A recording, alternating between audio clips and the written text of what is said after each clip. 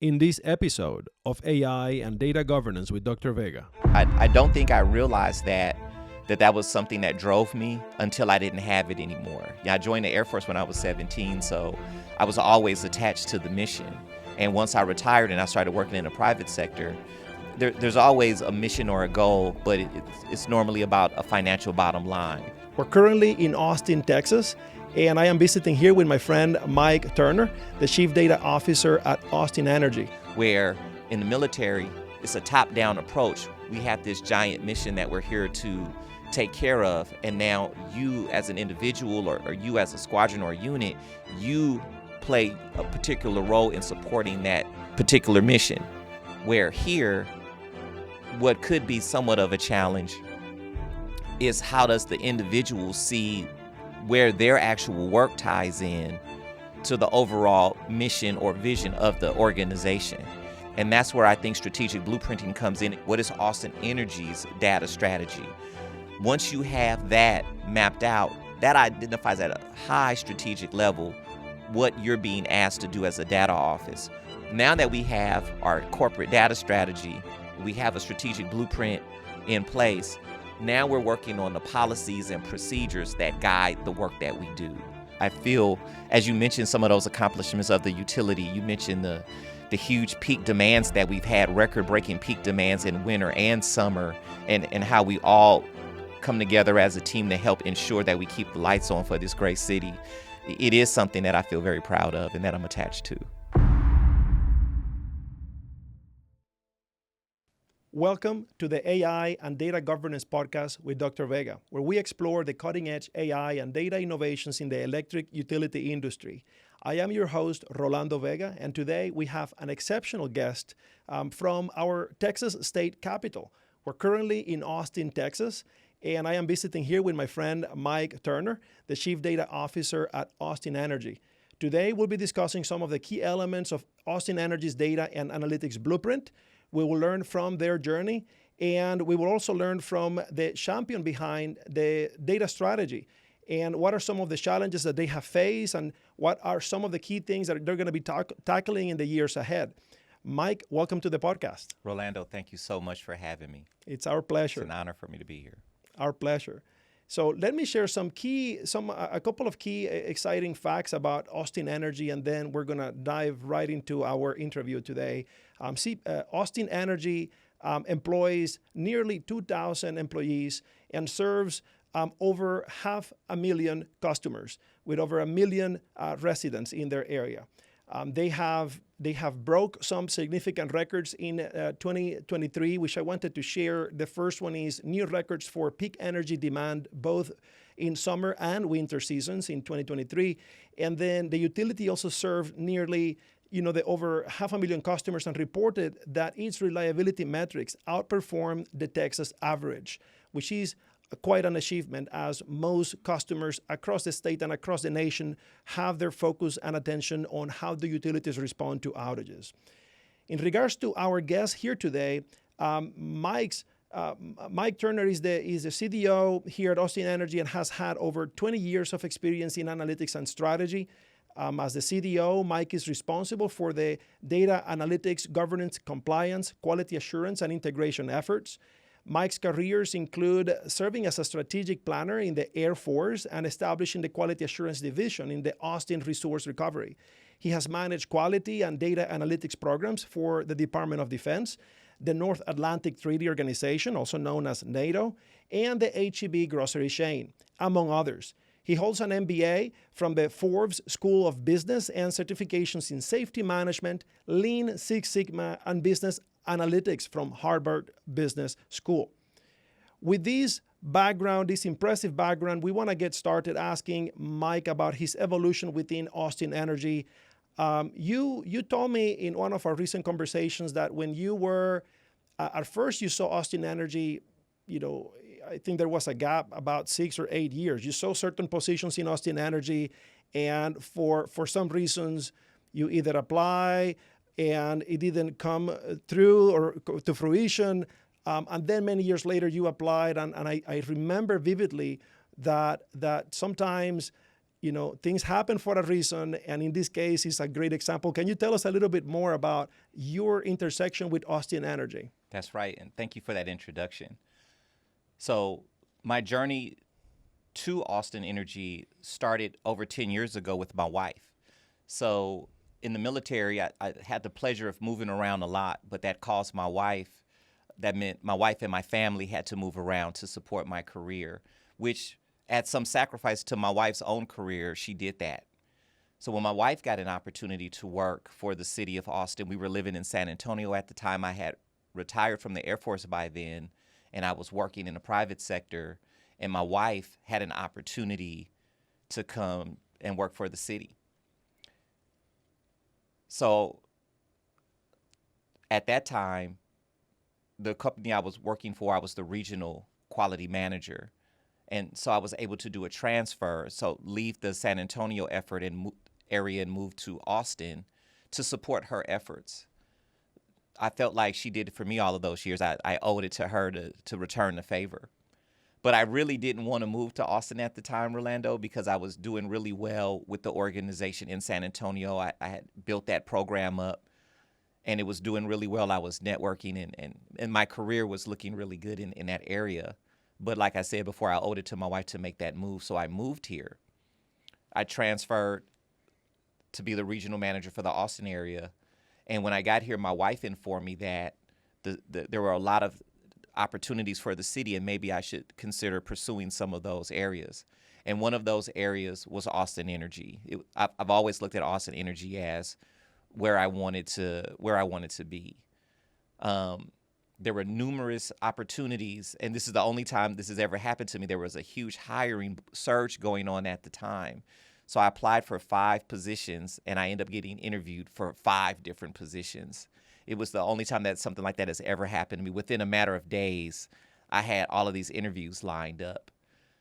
Austin Energy was one of those at the time, but also Austin Resource Recovery was an option as well. And Austin Resource Recovery made an offer. I had a really good interview with the assistant director at the time, who is still a mentor of mine to this day. And that was a really good opportunity for me. Working at Austin Resource Recovery, I got to learn the unique challenges of that organization. I had the opportunity to help build the quality program while managing the IT program at Austin Resource Recovery, and really just kind of learned how the city worked, having a great mentor, Tammy Williamson. I worked there for 7 years. And then during that time, I saw an opportunity to come to Austin Energy. So I applied for the corporate quality position, and I was fortunate enough to get it. This was a position, I think this is what you alluded to earlier. This was one of the initial positions that I applied for 7 years prior that I didn't get. So out of the 5 positions that I interviewed for, I got 3 offers, and that Austin Energy one was the one I really wanted, and I didn't get that offer at the time. So fast forward 7 years later, I got the opportunity to interview again for that position at Austin Energy, and I was fortunate enough to get it at that time. And that was 4 years ago. About a year and a half ago, I had the opportunity to apply for the very first chief data officer position within the city, very first in Austin Energy, and very fortunate and excited to get that. So my journey to Austin Energy took me over 7 years. But during that time, I think the tutelage that I got at Austin Resource Recovery prepared me for all of the things that came thereafter. Thank you for that, Mike. I really value your service, not only in the military, but it's clear that in your heart of hearts, you are really a public servant, and I really appreciate that about you, how you're looking to bring your contributions to our communities, and that's something worth recognizing. So thank you for that. No, it's my pleasure. I don't think I realized that was something that drove me until I didn't have it anymore. Yeah, I joined the Air Force when I was 17, so I was always attached to the mission. And once I retired and I started working in the private sector, there's always a mission or a goal, but it's normally about a financial bottom line. And I didn't realize how much I missed that until I didn't have it anymore. And I think that was one of the things that really excited me about. And maybe my wife noticed it before I did, so give her some credit and some insight as she strongly encouraged me to apply for some of these opportunities with the city. I didn't realize I missed that until I didn't have it anymore. And I feel, as you mentioned, some of those accomplishments of the utility, you mentioned the huge peak demands that we've had, record-breaking peak demands in winter and summer, and how we all come together as a team to help ensure that we keep the lights on for this great city. It is something that I feel very proud of and that I'm attached to. Well, that's something. And there has been a couple of things that you have already mentioned that I want to come back to. One is you have mentioned a few folks that have been role models or great and instrumental people in your journey. That's one of the things I want to go back to. The other one is this topic of mission, driven by a mission. We touched on this briefly before we came to our podcast here today. I want to dive into that also a little more, because I do realize that many leaders in either your position in other companies or in similar position in other companies would find this relatable. Let me maybe go first to the mentors. If you could maybe identify 2 or 3 key pivotal moments in your career and tell us about your role models or these mentors that came along. And why is this question important to me? It's important because from among the audience, you will have people that either can be a mentee or a mentor. And so sometimes, nobody comes along the way and bestows upon you the power of being a mentor. And it's nice to see the example of the influence that people have had in our journey, because then you realize, actually, I could be that person for someone else. And that's one reason I like and I enjoy hearing about these role models and these mentors. The other reason is, by the same token, mentees, I think you have a lot of great people in this country, across the country, in our cities, and sometimes you need to, we need to pull some of these folks to kind of develop their careers and their leadership, qualities. And as mentees are considering who are potentially good mentors for me, I strongly recommend for them to identify good mentors, because they are really transformative, the kind of impact that they have in their lives. So take a moment to maybe describe some of these mentors in your own life as we define this picture for the audience. Yeah, absolutely. That's such a great question. I would like to consider myself a leader first and a manager as required. And a big component of leadership is mentorship. We used to have a saying in the Air Force, you train your replacement, right? So the people that come after me can take over for me when I move somewhere else. And I've been very fortunate to have a lot of good mentors throughout my life, starting with my mother, who's the first and foremost a huge inspiration to me. My mother was a daughter of a sharecropper. She started from very, very humble beginnings and raised 3 children. My father passed away when I was younger, so she took that role of mother and father for me and my sisters. And I watched my mother at a time where women weren't empowered necessarily to lead, but to lead. My mother was the first. My mother worked at a canning company in Central California, and she became the first female journeyman inspector for that company. So at an early age, my mother taught me there's no obstacle you can't climb. There's nothing you can't accomplish if you don't work hard enough, right? So it starts there as my first mentor. And I have numerous people I can mention, but for the sake of time, I'll just mention a couple of people. I'll mention someone from the Air Force, Bob Fialco. Bob Fialco was a supervisor of mine. And I mention him because, and now I'm aging myself a little bit if the salt and pepper doesn't do it for me.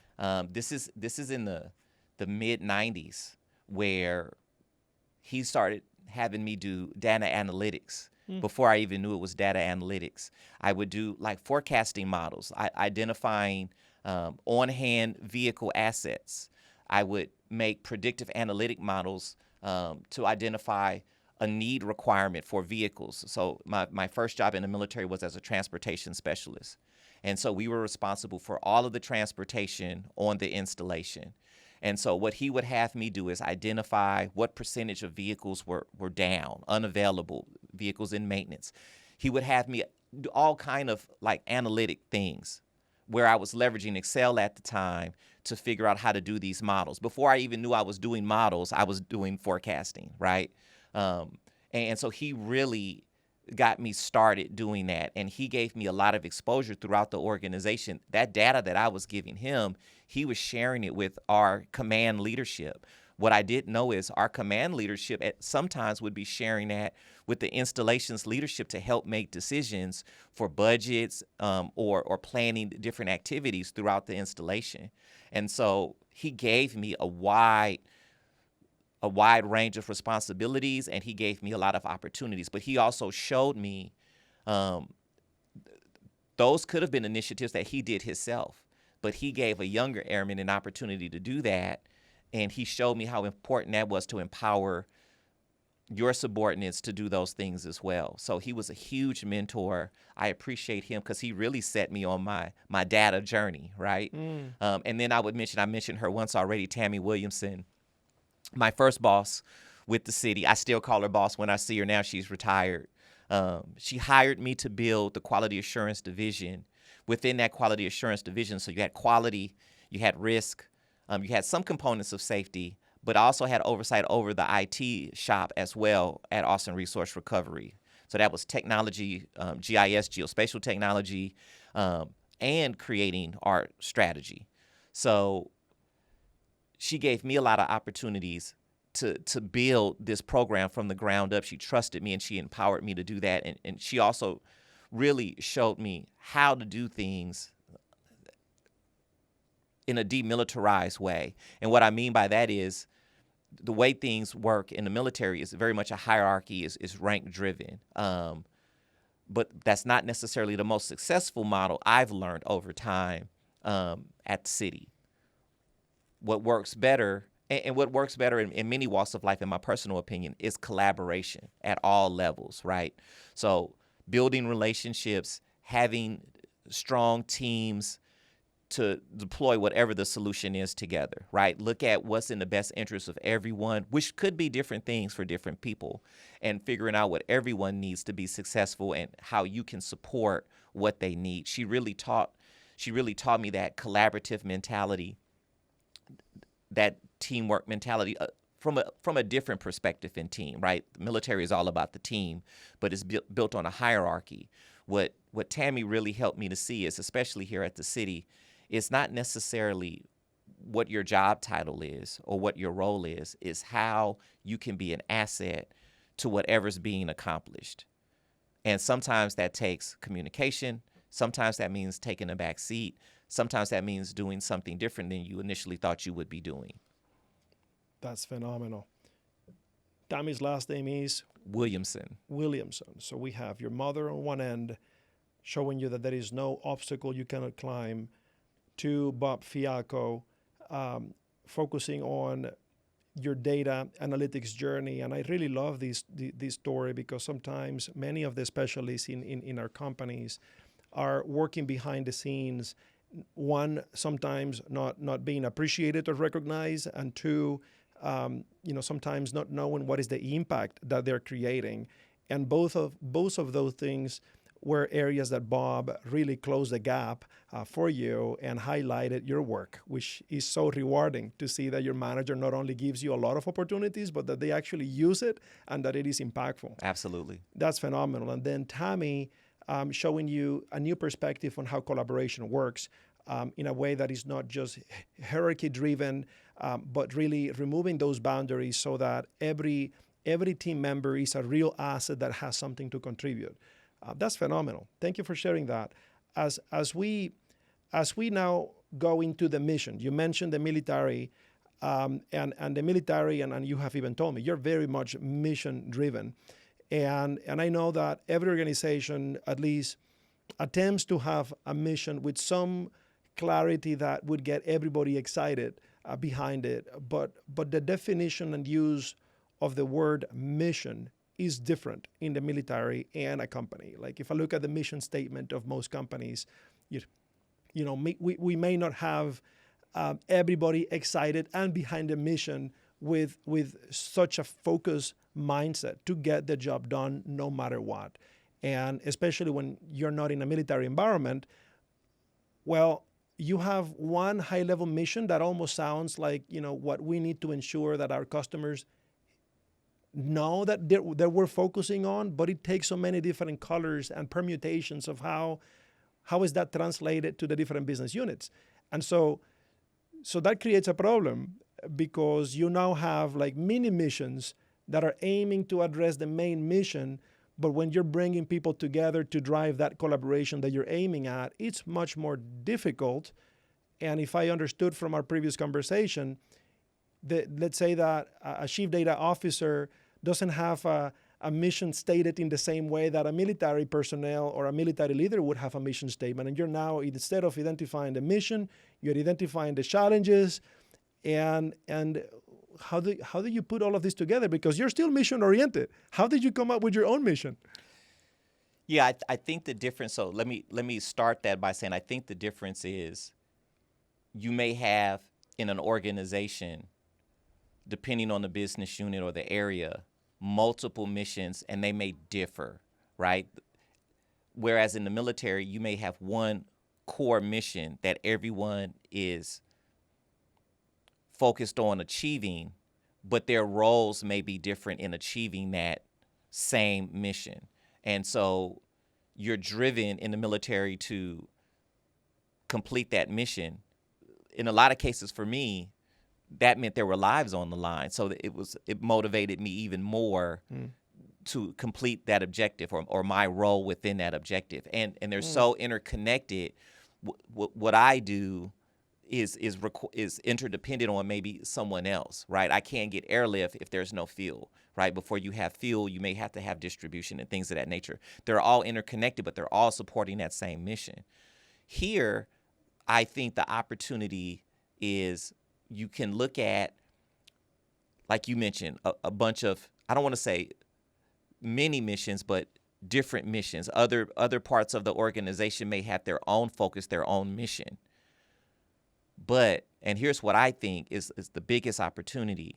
How do you tie those how do you tie those individualized missions, goals, and objectives to ensure that you're in alignment with the overall organizational vision, right? And that's where I think strategic blueprinting comes in. It can be so very important to tie all of that together, where in the military, it's a top-down approach. We have this giant mission that we're here to take care of, and now you as an individual or you as a squadron or unit, you play a particular role in supporting that particular mission.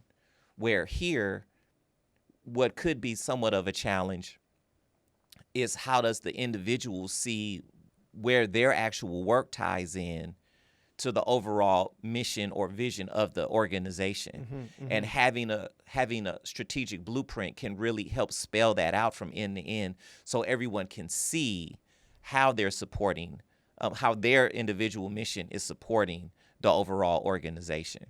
Perfect segue also by introducing the blueprint, because we're going to spend quite a bit of time in this interview diving into the blueprint that you and your team have developed within the organization. I typically go into a definition of the great things and then the greater things, as in the things that we have succeeded and the things that we haven't quite yet succeeded, and we have been learning some lessons along the way.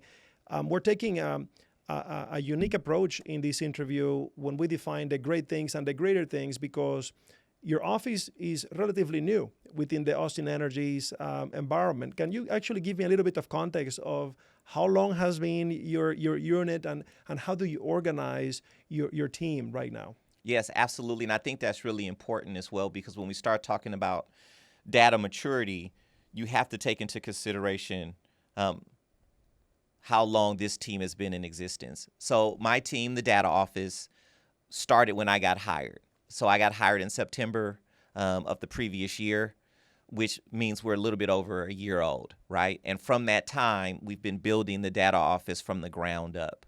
And you mentioned the strategic blueprint, and I don't want to go off topic, but for the first year, we really had to build who we are as an organization, as a data office, and identify what our role is. I feel like that starts at the strategic level. So initially, taking input from our executive staff, I built our data strategy, which outlines our philosophy towards data at the organization, not at the data office, but at Austin Energy. What is Austin Energy's data strategy? Once you have that mapped out, that identifies at a high strategic level what you're being asked to do as a data office. From that point, the data office, we worked, and it took us close to a year to build our strategic blueprint.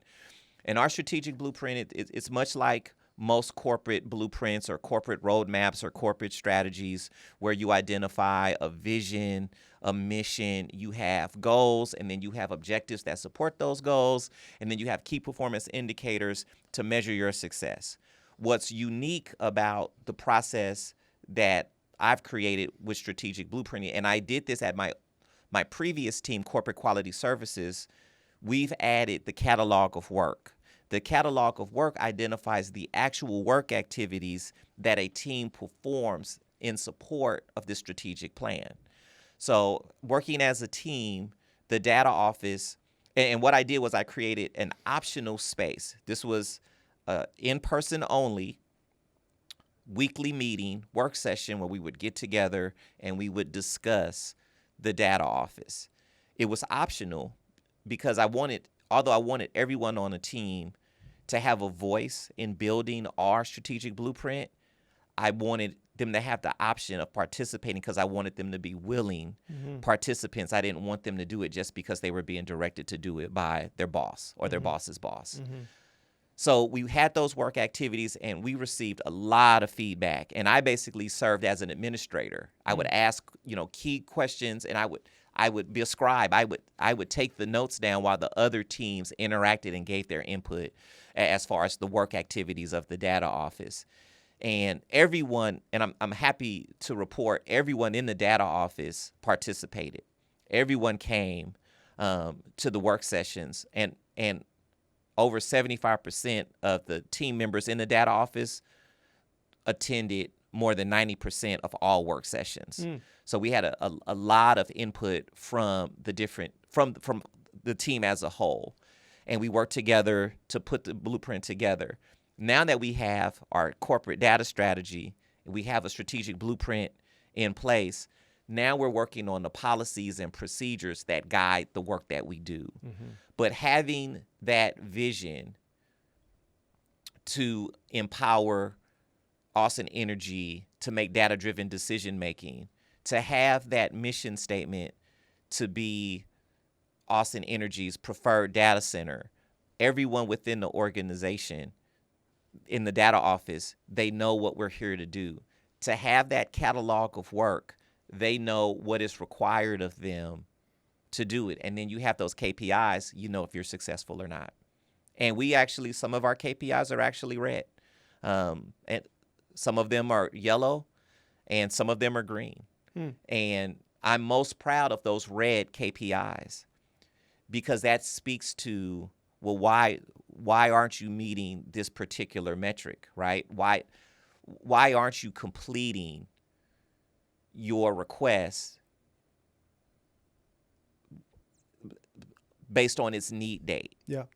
Then that requires us to look into why that is happening. And that's an insight into the business need, our customer, the data office composition, right? And I have to speak to that to my boss as to why we're red in these areas, right?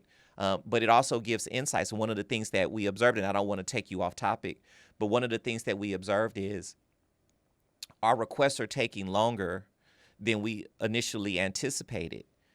One of those main reasons is because of the volume of work that we have. The resources that we have within the data office are being spread somewhat thin because we're working on so many projects at one time. So what do? We don't want to turn anyone away. We're here to help.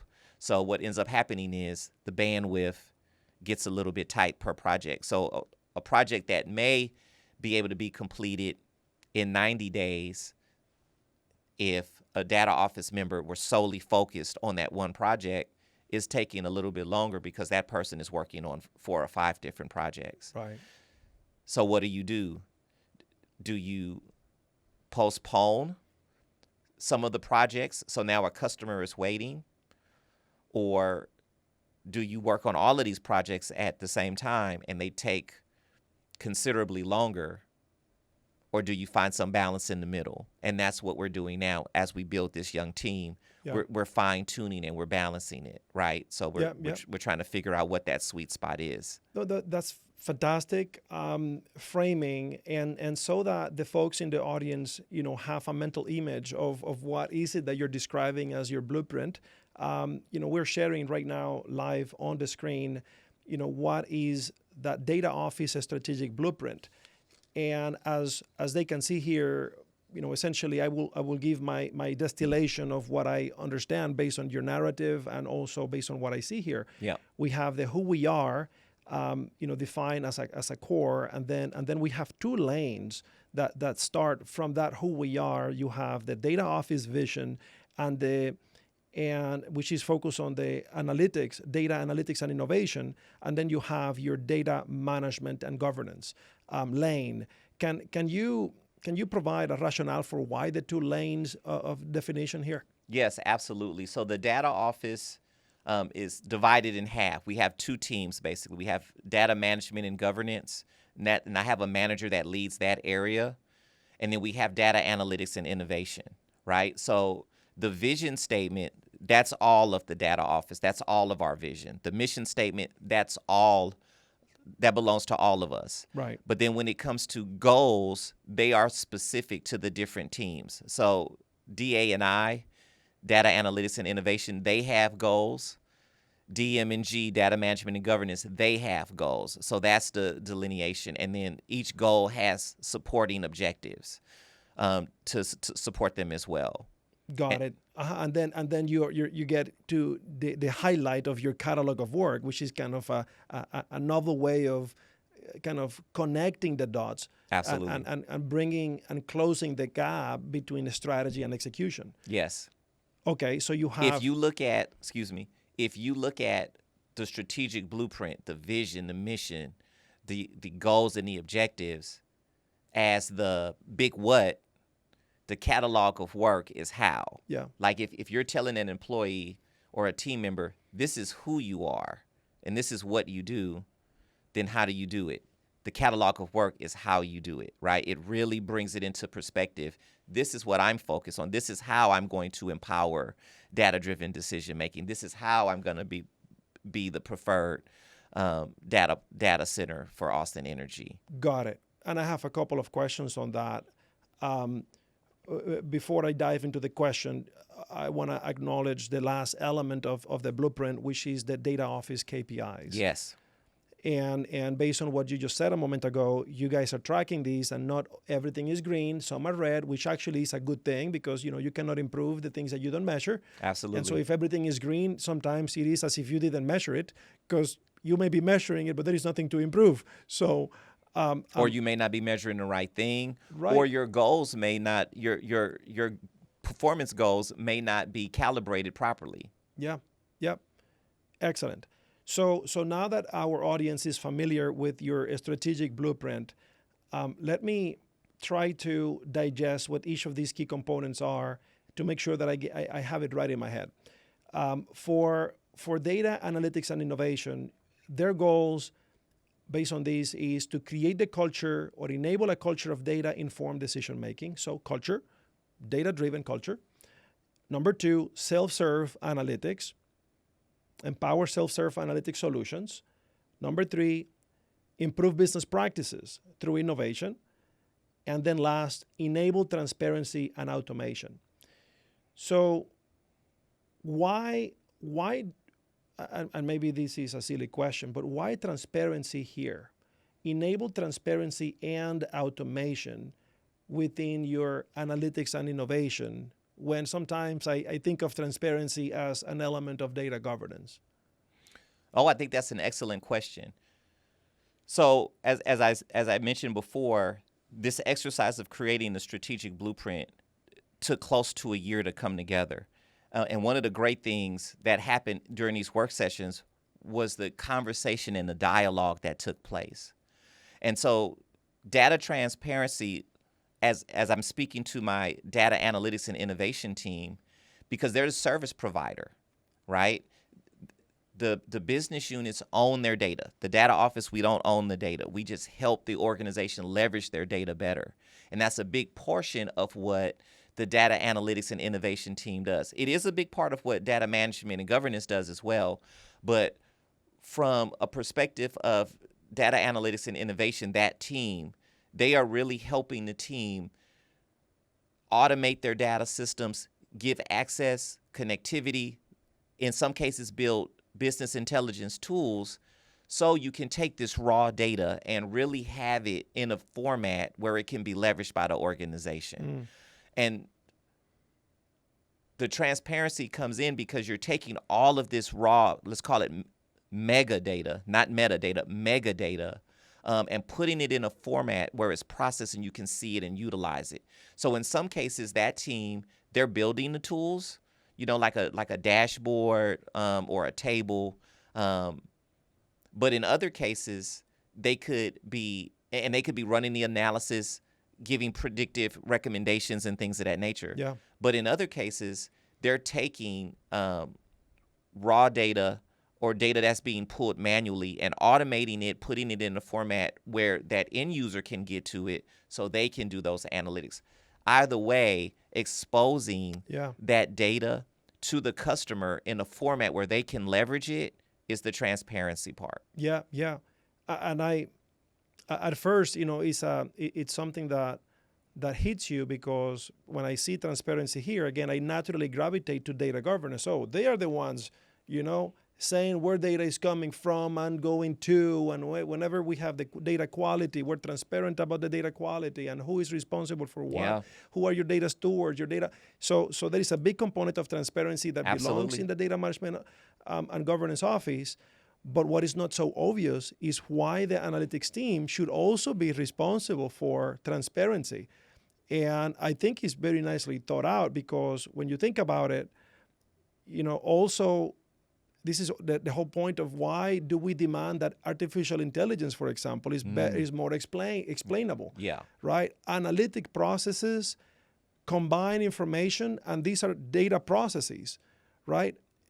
The data governance may not have too much of a deep understanding of what are the data processes to create the insights. And if you don't have your analytics team accountable for being transparent, you can actually be hiding some stuff. Absolutely. Not that you would want that, but incentivizing your analytics team to be open about the processes that they're building actually contributes to your end goal very nicely. Yeah, I think one of the things that I hope is that my teams stay agnostic.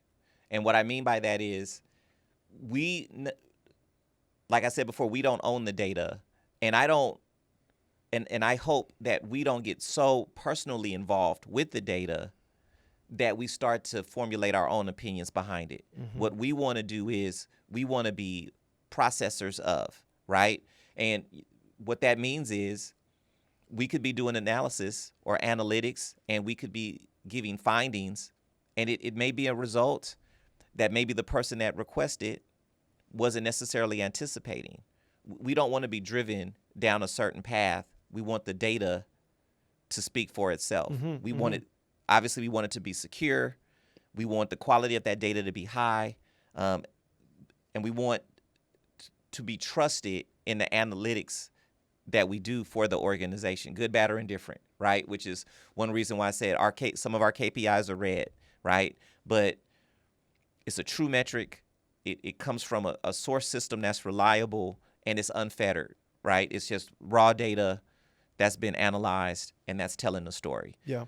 At the end of the day, that's what one of my key tenets is to ensure that we're telling a story to leverage this data, right?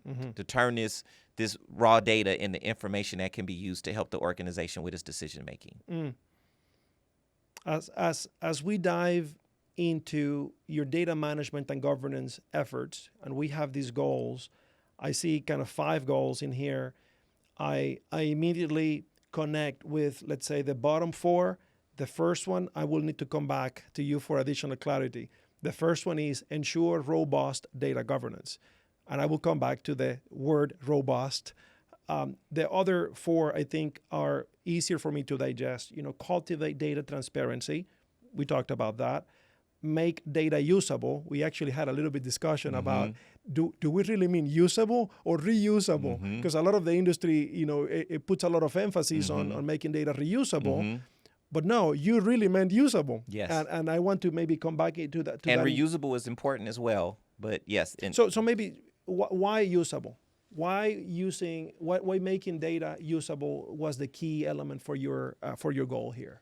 So when I got hired as CDO, I had some assumptions, right? I've been doing this for quite some time, so as you have as well.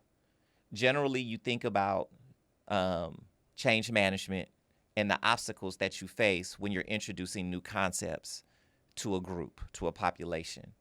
So one of my assumptions would be that as the CDO, I would have to help the organization understand the value and importance of data-driven decision-making. And I would have to spend a considerable amount of my time and effort initially from the top down, getting the organization to really support data-driven decision-making. That wasn't the case. From day one, this position was championed, I was welcomed, and it was communicated to me that we need you here, we need the data office here, we're ready to put you to work, right? So I didn't have to spend a lot of time convincing folks that they should be leveraging their data better. What we spend a lot of time doing is understanding the data, the relationship between the data and the data owners, and how to leverage that data, how to get access to it. Connectivity or integration with the data is important. That's a separate conversation. But really just getting the data to a point where we can leverage it. We need to leverage it so the organization can use it, right? So usability means that the data is in a format where we can start doing business intelligence and data science with it, right? So in many cases, that requires identifying the source, creating a way of automating this data, making it and putting it in a format where we can use it, whether we're throwing it in a business intelligence tool or whether we're using SAS to automate it to run different diagnostics, or we're running Python scripts or what have you. But we have to get the data, which is data quality, which is a part of data governance, is getting the data to a place where we can actually use it in some cases, right? So it's very similar to making data reusable. I look at reusable as maybe in the current state, there's a system A, system B, system C, and you have an employee and they're doing an XML download from system A, merging data from system B, and then they load it in the system C to get some other information field, right? Making data reusable really speaks to not having to do that last step, not having to take system A, system B, importing it in the system C, but having it in system C initially so you can repeat that over. Very similar to making data usable, where you have to ensure that the quality of it, the security of it, access to it, and things of that nature are in its place. So Gotcha. Hopefully that helped answer that. Yes. My data management and governance team are hyper-focused on ensuring that the data is usable, meaning that it's not outdated, right? It's still the right format that it needs to be in. It's still within regulations and requirements to be used, right? So we have so much data that having visibility of it can be a challenge, right? So creating governance to ensure that data is updated, disposed of, and things of that nature in a timely manner all speaks to usability. Well, and in many regards, it's much more fundamental to focus on the usability of information. It's making sure that whatever is generating your information is generating it right. Yeah. And so You I can't think reuse it if you can't use it. precisely, yeah. So it's a great first step, and I'm on board with that. And in this early stage of the data office, we're barely a year old. We really are in the infancy of the data office right now. So those fundamental steps are incredibly important to maybe the bigger things that we want to do later down the road. We have to build that infrastructure and make sure it's solid so we can build upon it as we go forward. Definitely. And I see here some other goals: facilitate data accessibility, to your point, and then foster a scalable data strategy. As we look into the objectives component for both the data analytics and innovation and data management and governance, we see here training, providing training, providing resources to advance data analytics, provide resources to advance business intelligence, and identify actionable insights from analyses. So the question here is, practically speaking, when you're thinking of resources, provide resources for these, provide resources for that. What comes to your mind when you are providing resources to the organization for, let's say, advancing data analytics efforts or advancing business intelligence efforts? Well, it's a few things. It's internal and external. So externally, you look at that goal of self-service analytics, right? We want to ensure that we have the tools available for the organization and my team to use. So my team serves as the subject matter experts for business intelligence. And so I don't necessarily expect ever that we'll get Austin Energy to a place where everyone's a data scientist. If that happened, you probably wouldn't need me here. So, but we want to get people to a place where they can leverage business intelligence as a resource and they can do their own analytics. But they have the data office here to help them. Help is relative. Some business units may need help connecting to data. Some may need help building a tool that they can use so they can conduct their own analytics, like a dashboard or something like of that nature. And then others may need to connect to the data, to build a tool, and for us to analyze the data and make recommendations, right? That's that data analytics business model: descriptive data versus prescriptive data versus predictive data, right? And as you mature as a data shop, you integrate more and more and more, right? So I want to meet the organization where they need us to provide them with the resources that they need. Internally, I need to ensure that my team has the capability to support the organization. So I need to ensure that they have the resources, the training, the skill sets, access to the right software or material so they can conduct the analysis that the organization needs. Or not just on the analysis side, on the data management and governance side too, I need to ensure that they have the resources that they need. We're building a modern data platform, which is our cloud-based data lake for reportable data, right? I need to ensure that my team has the resources to build that, not only in a way that is capable and meets the needs of the organization today, but is sustainable going forward. That's a part of our strategic blueprint too, right? Sustainable data strategy. And to also ensure they have the tools that they need to do governance the way the governance should be, and to ensure that the security of this data is high, right? I'm given a lot of trust from the leaders of the organization to use their data for analytics, right? I have to ensure that we're building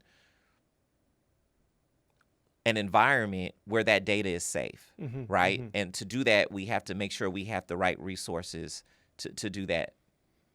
As you dive and to ensure that. And as you explain the resources that you provide to your team and the broader organization, I remember the days when we have a lot of very smart people in the organization that you want to empower, and sometimes they come with some great ideas, and let's say great ideas that deviate from the path that we thought we were going to take. And so how do you champion this whole concept of there is more than one way, the traditional way of doing business, so that you really empower all of these smart people in the organization to, to invite them to think creatively, to think outside the box. But, sooner or later, you're going to be the buffer to the rest of the organization, let's say with IT, production system, people that is monitoring, production systems, security, monitoring their security practices. And, some of these new technologies, would create either, if not red flags, yellow flags to some folks in the organization. Yeah. So how do you champion that capability that you want to incentivize people to feel like, hey, I want to hear your ideas. Tell me how to approach this. This is a great question. If possible, I want to answer it in two different lanes. I want to talk about the championing different ideas and empowering the needs of the customer and giving them what they need. And I want to do that with an example. One of the projects that we're working on now, so just like most utilities and a lot of large organizations, since COVID, the supply chain issues have been something that we've had to look at with a different lens. And there are supply chain issues in areas that never were an issue before. There are parts that we use that we've been using for many years, and it's always just taken 3 weeks to get, right? But since COVID, the supply chain has been somewhat destabilized. And so this part, which has historically taken 3 weeks for us to get, it may take 3 months to get. Mm-hmm. On some days, and other days, it may take 6 months to get. Well, because of that instability in shipping times, it makes it very difficult to manage what your on-hand quantity should be, which you have to budget for, and that strategic window on when to reorder, and all of those challenges that we're facing from a supply chain perspective have become increasingly difficult. Well, one of the directors within Power Production had an idea that maybe we could use AI to kind of figure this out for us. And he had an idea where we could look at the shipping times from the vendors in real time as they change, the on-hand quantity and the usage rates, put that together, and in his language, and I think he wouldn't mind me using this language, let the AI figure it out, right? Yeah. This was his idea.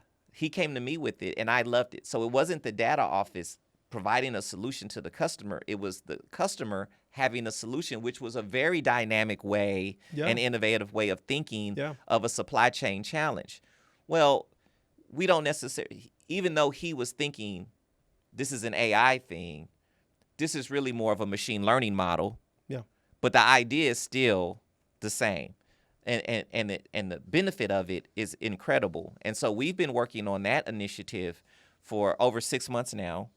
And we've gotten that to the point where we're able to leverage our supply chain software platform to identify usage rates, on-hand quantities, and things of that nature. And now we're starting to interface with the different vendors. And I'm being vague intentionally. Yes. To identify those shipping times where we're going to connect to it, and it'll be an automated notification on when to reorder a critical part, right? So to answer your question, a customer had a dynamic, unique way to address a very difficult challenge that we're facing in the industry from a supply chain perspective, and we worked and partnered and collaborated with them to come up with a solution. So that's one part of your question, if I'm hearing it correctly. Yep. The other side of it is, what about our technology and data partners who are very focused on security of assets, security of information, right, and really protecting the organization and its intellectual properties from threats? Yep. The best way to do that is to not allow the threats to be in there, right? So how do we as a data office, as we're trying to introduce new concepts, new technology, new ways to leverage our data, how do we partner with our technology brothers and sisters to get them to be open to that? Do I understand? Yes, precisely. So if you think of the example that I just gave and how we partner with our customer and we collaborated to come up with a solution. If you recall, I mentioned that the customer initially thought it was AI that was the solution. Right. But really it was more of a machine learning model. Well, that's the same thing we have to do with our partners on the tech and on the technology side. We have to communicate with them. We have to share our thoughts with them to let them know, hey, maybe this is what we're looking at doing. This is the approach that we're taking. These are the data sources we want to integrate with. What do you need from a technology side to do that? And then we build that architecture together. We collaborate together. We come up with a long-term strategy together. It's a partnership, right? Yep. We get them to understand the need, and then they get us to understand the requirements, and then we work together. So I'm fortunate to have 2 IT solutions architects on my team, and Austin Energy has a great enterprise architect team. And we work together with them to build these integration models and solutions along with our infrastructure teams. So it's the only way we can do that is in a collaborative effort. So as we talk about building our modern data platform, this cloud-based data lake, this cloud-based data lakehouse that we're building together so we can do reportable analytics, we have to partner with all of the different components within the technology space to ensure that we get there. So you do it with collaboration, lots of communication, and lots of time and patience. Got it. Thank you. I think that there is so much good content here that we probably can do a part 2 and a part 3 out of the discussion of the blueprinting. Because of the time we have for the part 1, I'm gonna dive into maybe some of the what's the picture of the future. For you, how do you envision your data office working in, let's say, 5 or let's say 10 years? What would be the best scenario that you can think of, and how you would measure success for that unit? Can I take the 5 to 10 years to 2.5 to 5 years? Please. And before I answer that question, I have to say I'm really honored to be in this organization. Like I told you earlier, it took me 7 years to get here. I'm happy to be here at Austin Energy, and I'm very happy to be its chief data officer. The level of support that the data office gets from an executive level, from an individual contributor level, and all parts in between has been absolutely incredible. The organization wants us here to build these data solutions so they can leverage their data better. And that's absolutely incredible. Like I mentioned before, the data office, we're very much in our infancy here. We're a little bit over a year old. And so we're really in that descriptive data phase. We're doing a lot of data automations, data connectivities, just building those static displays, right? In the next 2.5 years to 5 years, no, scratch that. In the next 2.5 years, I really see us deploying our modern data platform, having high capacity, high speed connectivity to our data, where we're really starting to build predictive models, where it comes to distribution, energy usage, customer perception, customer need, really being able to provide not only the data, so not only just giving you a static display of the data, but giving you predictive models on where the data is going to be tomorrow, right? And then helping the organization leverage that data so we can start mitigating risk, improving operability, and our capabilities in a real-time manner. 5 years from now, our modern data platform has matured, and we're connected to over 85% of the data sources within Austin Energy. And we're able to do real-time analytics and machine learning modeling to do forecasting. So not only are we reactionary to the different opportunities that are facing the organization, but we are getting ahead of it from a strategic perspective, and we're helping the organization make future recommendations and put mitigating strategies or strategic strategies in place that we're addressing challenges before they come, right? So that's where I see us 2.5 to 5 years from now. The technology and the needs are changing so dynamically that to focus 10 years from now, it's going to look so much different 5 years from now that it would change, right? From a people perspective, how do you think the organization would need to look like, if anything different? Because, I hear a lot of great synergies already happening. Absolutely. And so it almost makes me think that the synergies are working as, maybe not only as expected, but maybe even better than expected. Because a lot of times, I don't expect a lot of great collaboration. But then if you get some collaboration, you're super appreciative of that. But from a system perspective and a people element in that system perspective, what would be, and this is not to criticize, right? Is to try to identify what are some of the things that from a people perspective we would see and say, we're killing it. We're doing such an amazing job in the way that we work, in how we work together. What would be some of those criteria that you use to assess the goodness of the people aspect? That's a great question. And I would like you to hold me accountable to that as well. As we talk about maybe me having the pleasure of doing a part 2 of this podcast, or maybe even a part 3 of this podcast, I would love for you to come back and ask me if I held my end of the bargain in this area. And I love giving the data office credit. I love sharing how brilliant my teams are. But in this case, when we talk about the people place, what do we need to do more? We need data. We need data folks dispersed throughout the organization in a strategic way. What I mean is we need actual job titles within the business units that can really understand the business intelligence side of it. I'm not saying embed data scientists in the different business units, but I'm saying have people within the organization that have a fundamental knowledge of business intelligence and how to leverage the business intelligence tools that we build. And I'll give you an example. Our customer energy solutions team, they just recently hired a data manager embedded in their team. This person is going to serve as a liaison to work with the data office to develop business intelligence solutions for them and would manage their day-to-day of their data analytics. Gotcha. So I'm really hoping this person just got hired. We're talking maybe weeks ago.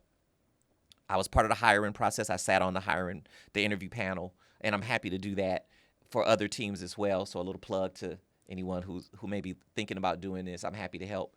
But one of my goals is to help leverage that and have those business intelligence people all throughout the other mega business units so we could collaborate with them and help them leverage their data on a daily basis, right?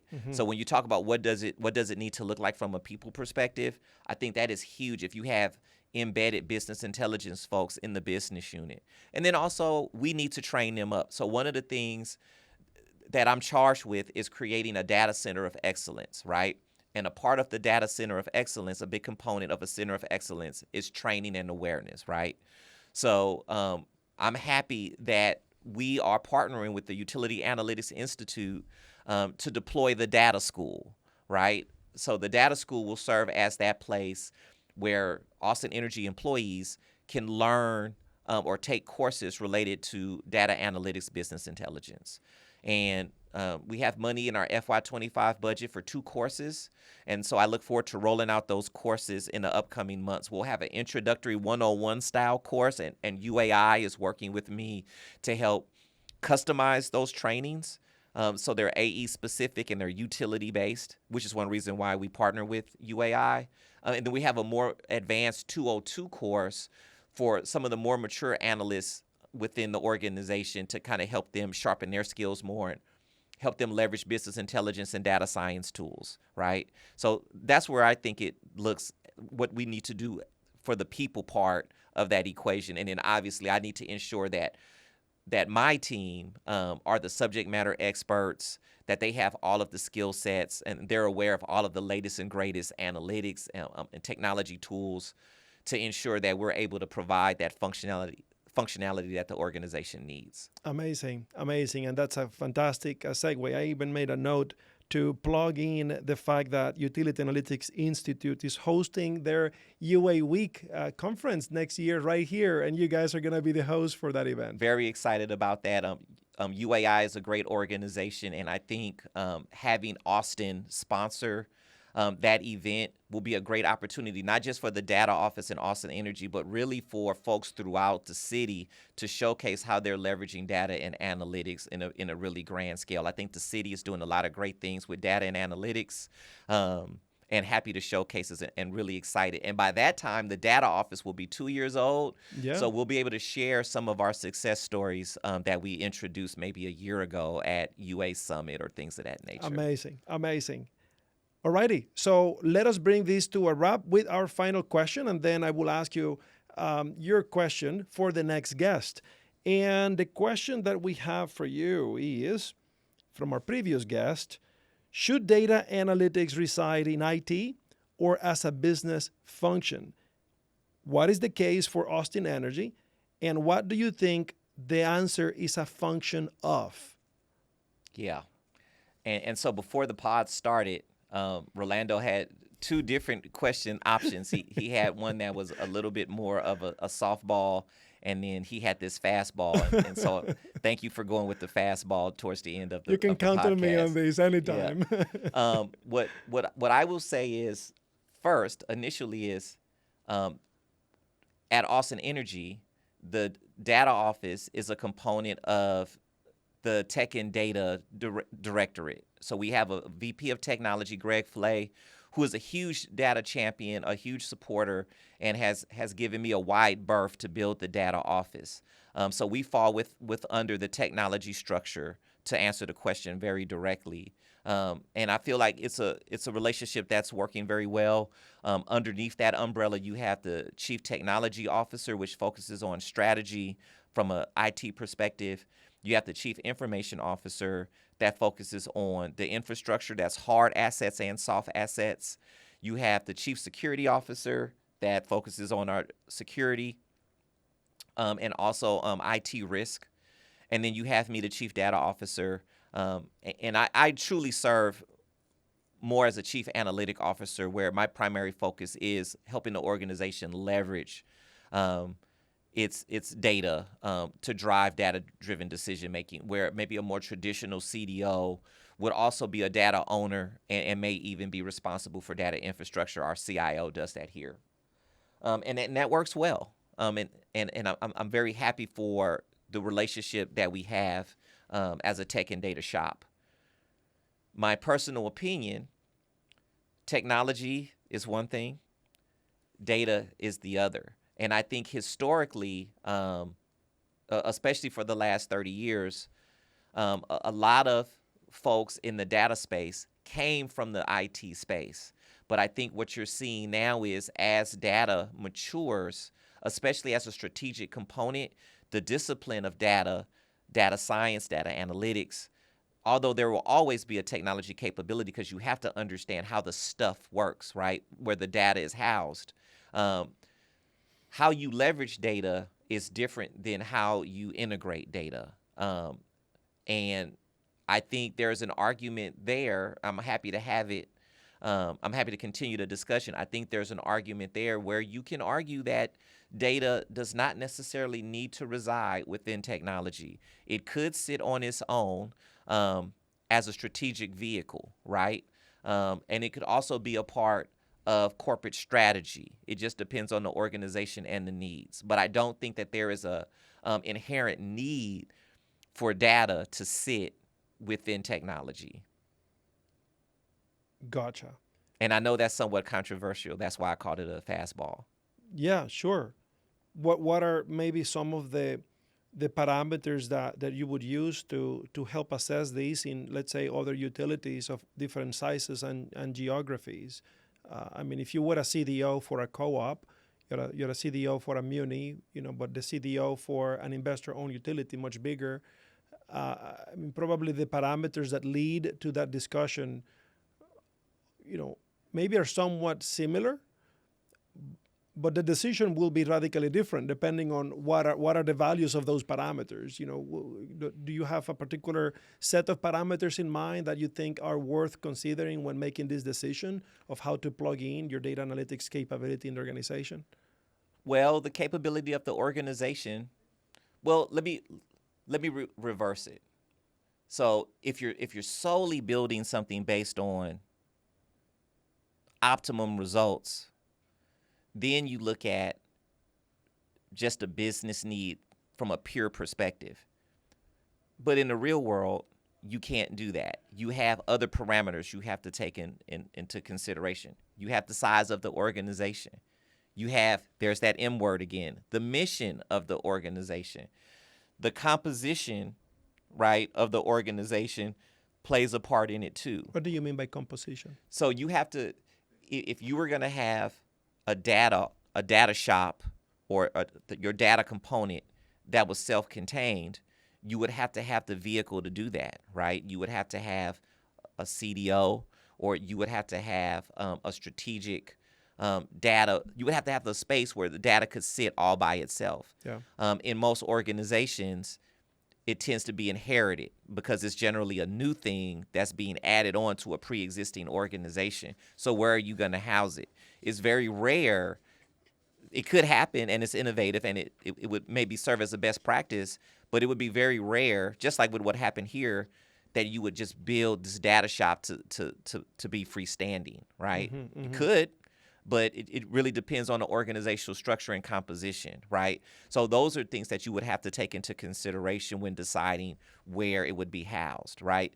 The way Austin Energy is built, the way its organization structure is built, it makes perfect sense for the data office to be housed in tech and data. Where else would it go, right? It's not big enough to sit by itself. Yeah. So where would it go? But in certain organizations, like a Coca-Cola, for example, that the data space there is large enough where it could probably sit by itself, and you could give it to a vice president of data and strategy, and you would house all of your data analytics, data science, business intelligence capability, maybe even the integration portion of it as well, and you would be able to support that. Or you would have a CDO, right? You would have a CDO, and they could have, you could have a VP of analytics, you could have a VP of integration and things of that nature. So yeah. Organizational structure plays a big role in it, but data as a function is so large, and this is the point I'm getting at, it can sit by itself at this point. And it probably, if the organizational structure makes sense, best practice probably would be for the data shop to be separated, because you have, quite honestly, competing priorities, right? We talked about that earlier when we talked about security and data quality. Those are competing thoughts, and so you would always have to balance them out. But the data shop is really focused on how to best leverage the data and how to build insights from it, the data science of it, right? The technology piece. The technology piece for a data shop is just the tools that you're using. Yep. It's not the job in and of itself. Okay. That sounds fantastic to me. I am in alignment with that answer also. What's your question for the next guest? Well, I'm not going to ask anything about AI. I'm going to ask a non-AI AI question. What? With such a focus, right? AI, Gen AI is such a buzzword, and everyone in the tech and data space is so hyper-focused on what's next for AI or how we leverage AI. What I would like to ask, not knowing who your next guest is what priorities do you have to leverage data and analytics that aren't related to artificial intelligence? And I ask that for a particular reason. So everyone, rightfully so, it's on the tip of everyone's tongues. It's very focused on artificial intelligence. That is, in most regards, such a culture change to get to that place where you're so mature in your data analytics journey that you're leveraging AI tools. That may only be, if you look at the bell curve, that may only be 15% or 20% of the organizations who are at that high level of maturity. But there are so many opportunities before you get to artificial intelligence that you can leverage to make the organization better, right? Data automation, like I said, that's something that we focus on now, just getting people out of their manual processes and automating the data so you can have a trustworthy, high quality source input so you can start doing, business intelligence or data science, right? There's so many opportunities there just for data connectivity, data automation, and then machine learning and forecasting and modeling it. Before you even get to AI, what are you guys doing? And now I'm talking to your next guest.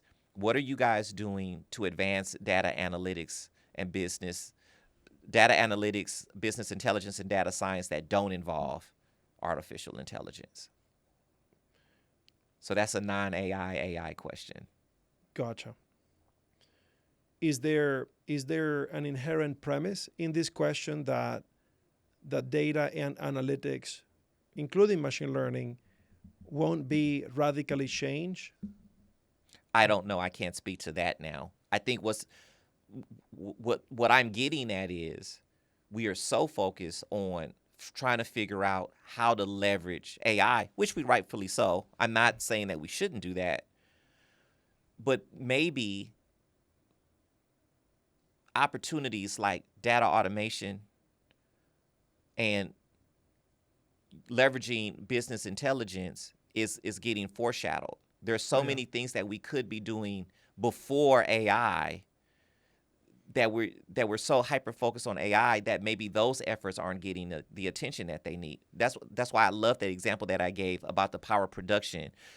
Supply chain issues, they are a major issue all throughout the world right now. Yeah. And we're leveraging really regression modeling to help combat that. We're not deploying an AI function.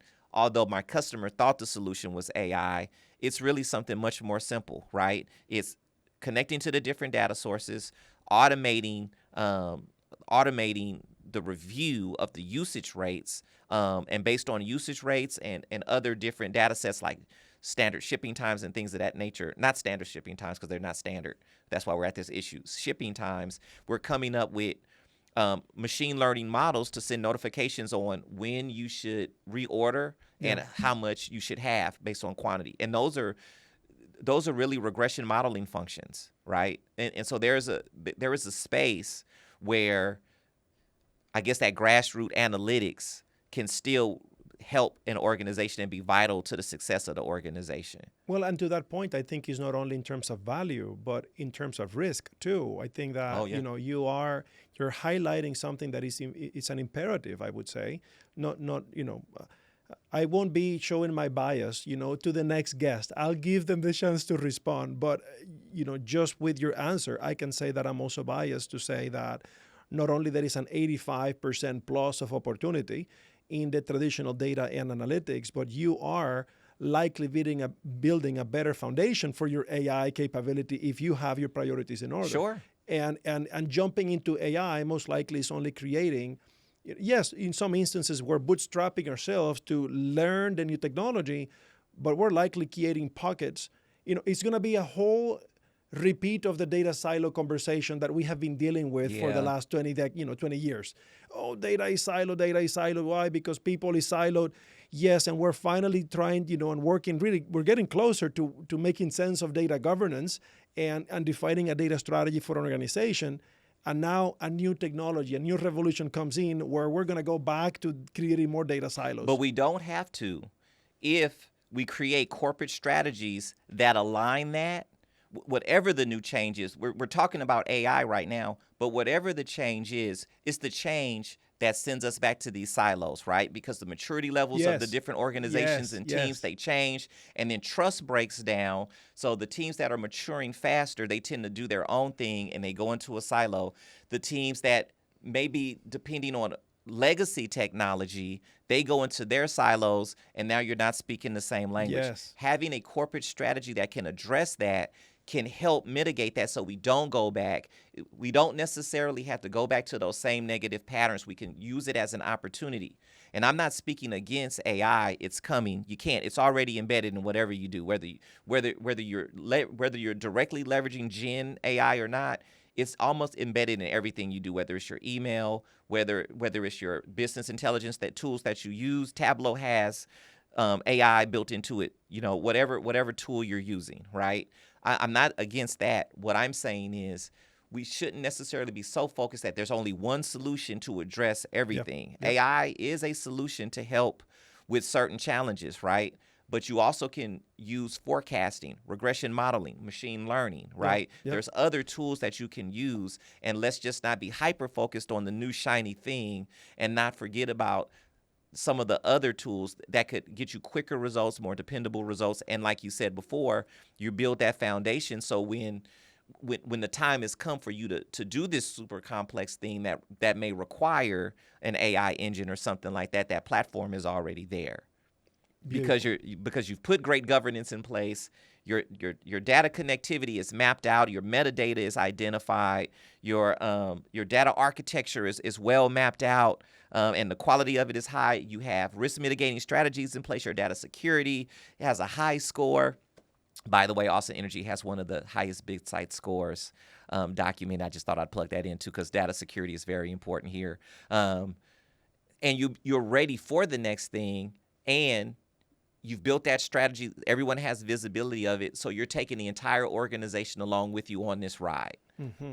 It's challenging, but I think it can be done. Well, and what a better way to bring this to a wrap. Fantastic. We're coming back to corporate strategy, and which is where we started today. Mike, thank you so much. I have enjoyed so much this conversation with you. Rolando, thank you for having me so much. My pleasure. Thank you. All righty. With that, folks, thank you for joining us on this episode of AI and Data Governance with Dr. Vega. A special thanks to Mike and Austin Energy for hosting us here in their facilities today and for sharing their incredible work. If you enjoyed today's episode, please subscribe. Until next time, I am Dr. Rolando Vega, encouraging you to stay curious and informed. Until next time, bye.